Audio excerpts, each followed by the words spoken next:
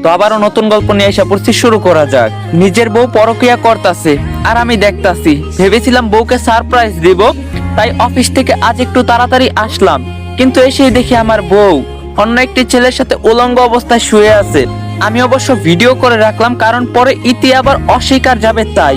যাই হোক, ওরা এখন রোমান্স করুক, আমি বাইরে একটু চা খেয়ে আসি। আবারও প্রায় 1 ঘন্টা পর বাসায় আসলাম, এসে দেখি বউ আমার সব ঠিকঠাক করে রেখেছে। কিছু বুঝতে দিলাম না। তখন ইতি বলল, আমার জানটা আজ এত তাড়াতাড়ি আসলো অফিস থেকে, কারণটা কি? তখন হাসিব বলল, না তেমন কিছু না, আজ একটু তাড়াতাড়ি ছুটি হলো। তখন ইতি বলল, তোমাকে বলছি না যখন অফিস থেকে আসবে আমাকে ফোন দিয়ে আসবে, আমি তোমার জন্য একটু নাস্তা তৈরি করব। তখন হাসিব বলল, আচ্ছা বাবা, সরি, আমার ভুল হয়েছে, এখন কিছু খাইতে দাও। তখন ইতি বলল, তুমি ফ্রেশ হয়ে আসো, আমি সবকিছু রেডি করতাছি। মেয়ে মানুষকে চেনা বড়ই দায়। একটু আগে অন্য ছেলের সাথে পরকিয়া করলো, এখন আবার পুরোই চেঞ্জ হলো। ইতি বলল, কি হলো, কি ভাবছো? তোমাকে বললাম না ফ্রেশ হতে। তখন হাসিব বলল, ঠিক আছে, যাইতাছি। এই বলে হাসিব ফ্রেশ হতে যায়, কিন্তু ওয়াশরুমে গিয়ে দেখে একটি টি শার্ট পরে আছে, কিন্তু এটা তো আমার না। তখন হাসিব বলল, ইতি, এই এখানে আসো তো। তখন ইতি বলল, হয়েছেটা কি শুনি, এমন ভাবে ডাকতাছো, কি জানি কি হয়েছে? হাসিব বলল, এটা কার টি শার্ট, এখানে কিভাবে এলো? ইতি কিছুক্ষণ চুপ থেকে বলতে শুরু করে, আরে চিনতে পারো নাই, এটা ছোট ভাইয়ের, ও যখন সামনের বার এসেছিল হয়তো ভুল করে রেখে গেছে।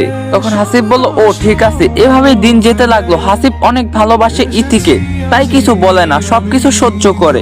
অফিস শেষে হাসিব সিনজিতে করে বাসায় যাইতাছে, এমন সময় ট্রাফিক জ্যাম পড়ে যায়। একটু বাইরে তাকাতেই দেখতে পায় যে ইতি আর সেই দিনের ছেলেটি রিস্কায় করে আমার বাসার দিকে যাচ্ছে।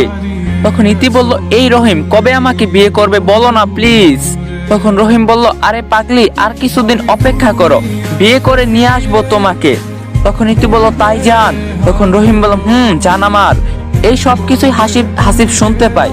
সিনজিতে থাকার কারণে ইতি দেখতে পায় না হাসিবকে। হাসিব একটু আগেই বাসায় পৌঁছে গিয়ে দেখে যে ইতি নেই। প্রায় 30 মিনিট পর ইতি আসলো বাসায়।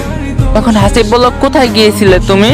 তখন ইতি বলল, আমি একটু বাইরে গেছিলাম আমার বান্ধবীদের বাসায়। তখন হাসিব বলল, একাই যে গেলে, আমাকে নিয়ে চাইতে তো পারতে। তখন ইতি বলল, এত কথা বলতে পারবো না, একা গিয়েছি তা কি হয়েছে?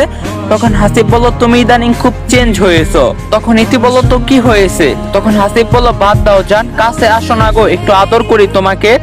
এই বলেই ইতিকে কাছে এনে যখন ঠোঁটে ঠোঁট লাগাতে যাবে, তখন ইতি বলে উঠলো, এই ছাড়ো তো, আমাকে সব সময় এইসব ভালো লাগে না আমার, বুঝছো? তখন হাসিব বলল, সব সময় মানে? আমি আমার বউকে যখন খুশি আদর করতে পারি।